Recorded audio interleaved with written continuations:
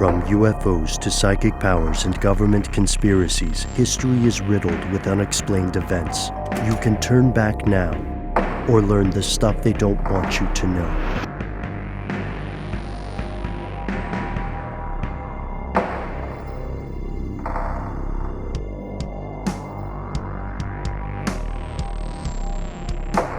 Welcome back to the show. My name is Matt. Noel is on adventures, but will be rejoining us at some point in the future. In the meantime, they call me Ben. We are with our super producer, Paul Deckant. Most importantly, you are you, and you are here, and that makes this stuff they don't want you to know. Matt? Yes? Now, you're a musician. That's something that longtime listeners are aware of, right? Correct. And I can vouch for him, friends and neighbors. He is a crackerjack percussionist. I'm no Travis Barker, but I am fairly good at what I do, yes. Yeah. I'm a big fan, personally. And it's strange because rock and roll, since we mentioned Travis Barker, drummer of Blink-182, right? Mm-hmm. Rock and roll occupies such a unique niche in the American zeitgeist, in our culture, in our history, and on and on and on. There's another thing that seems very American in our culture, and that's the concept of UFOs, right? Oh, sure. Yeah, I mean, we have all this vast land out in the West that's just devoid of anything but military bases and flying objects that we don't know what they are. And weirdos. There are a lot of people and cool things out there, too, and wildlife. But, things going around in the sky that blink. Mm-hmm. That's my favorite part of it, at least. So today we are exploring some strange facets of this zeitgeist in a way that is, full disclosure, kind of new to us, but we are not sallying forth into this territory alone. No, ladies and gentlemen, today we are joined by a very special guest, a friend of the show, who is going to provide some cognitive firepower, some intellectual ammunition to today's exploration. And we'd like to let the badger out of the bag and introduce him in person now. Friends and neighbors, skeptics and fellow conspiracy realists alike, presenting John Goforth. The intellectual part you might have overstated, but I'll do my best. Oh, don't be silly. John Goforth, I'm just going to say this right now. He is the host of Hysteria 51, one of the co-hosts of Hysteria 51. I wasn't going to say the best one, but my favorite one. Definitively not the best one. There's three of us. It's myself, my co-host Brent Hand, and then our third co-host is an angry robot bent on world domination named Conspiracy Bot, but he normally doesn't succeed because he's too busy drinking. Yeah. And we have a clip of Conspiracy Bot that some of you may recognize. Stay woke, meat sacks. He always says that. He does. He does. It makes me wonder about, you guys aligning yourself with such a character. We built him to help edit and produce the show, and unfortunately he spends most of his time just drinking and spending our money. Oh, man. Yeah, that's my Amazon Alexa is like that. If you can't tell, while we do focus on conspiracy theories and mysteries, the unusual, UFOs, the unexplained, we certainly also are rooted a bit in comedy. Sure. And so we try to get our facts right, but we try to have a lot of fun doing it, much like you guys do. Yeah. Oh, thank you. We're flattered. And thank you for coming on the show today, John.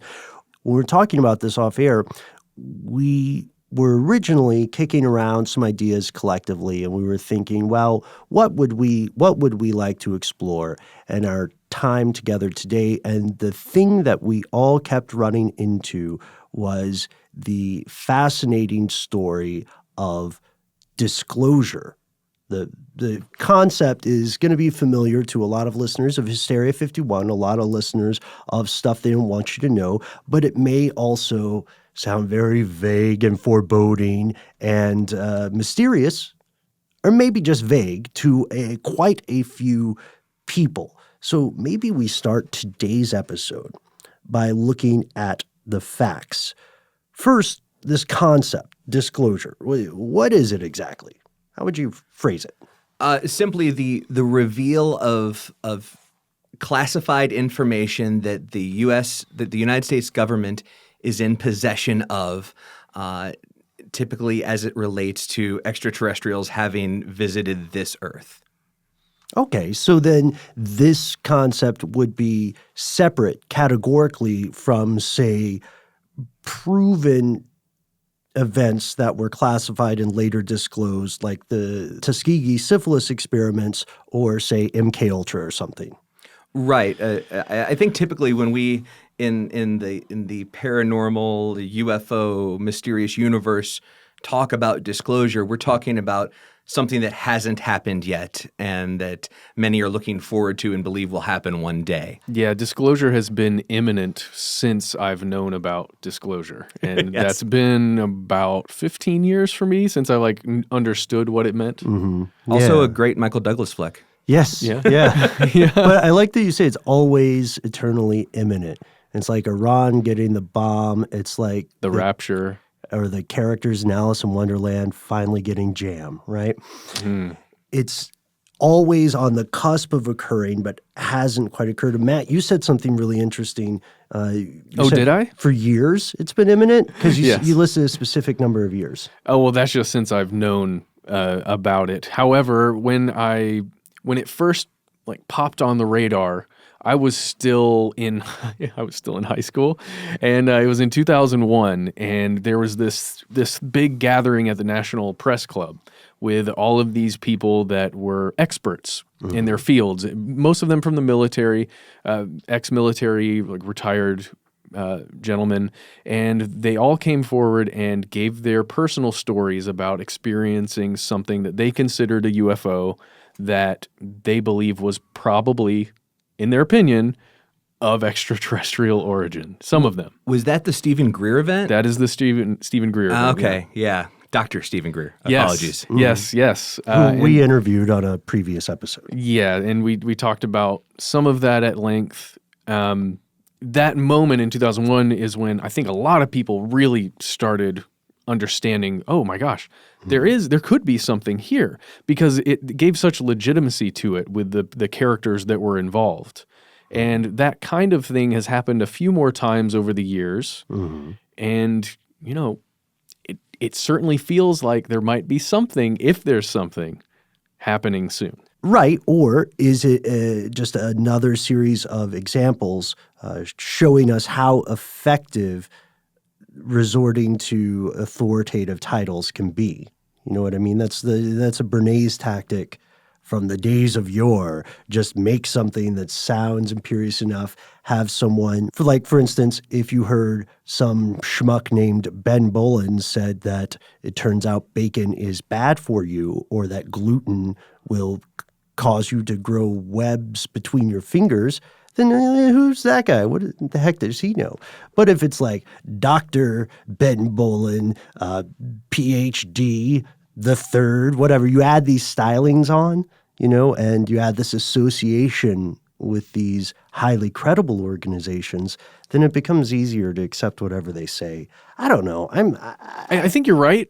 In this instance, in this specific instance, these were people with actual biographies, with actual credentials. Which, it wasn't just some guy. It was actual people that you could look up. And even before then, there have been examples of disclosure either happening or supposedly happening, Yes. or not happening when it was expected. I mean, going back all the way to Project Blue Book. Yes. I'm really glad you mentioned Thank that. Yeah. So Project Blue Book, which I'm sure is very familiar to a lot of people, it was one of a larger umbrella of studies launched by the U.S. government, specifically the military and Air Force, to investigate unidentified aerial phenomena. So not necessarily a craft, not necessarily an alien. Could have been anything from a balloon to a strange cloud to ball lightning to weird-looking bird. But they spent years doing this, correct? And they didn't identify everything. It started in 1952, ended in 1969. And they came out and said afterwards, don't worry about it, nothing to see here. After all of our studying, it basically was swamp gas. Yeah. Right. And there were some previous iterations of Blue Book and post iterations of it, but nothing was ever taken as seriously as Blue Book was. At least not that that I've ever found. Not that's been disclosed. Oh, Oh, there we Thank you. go. I think we earned that one Yeah. at this point. Yeah. So Blue Book had thousands of reports that they sifted through, and in the end, most of them were somehow explained.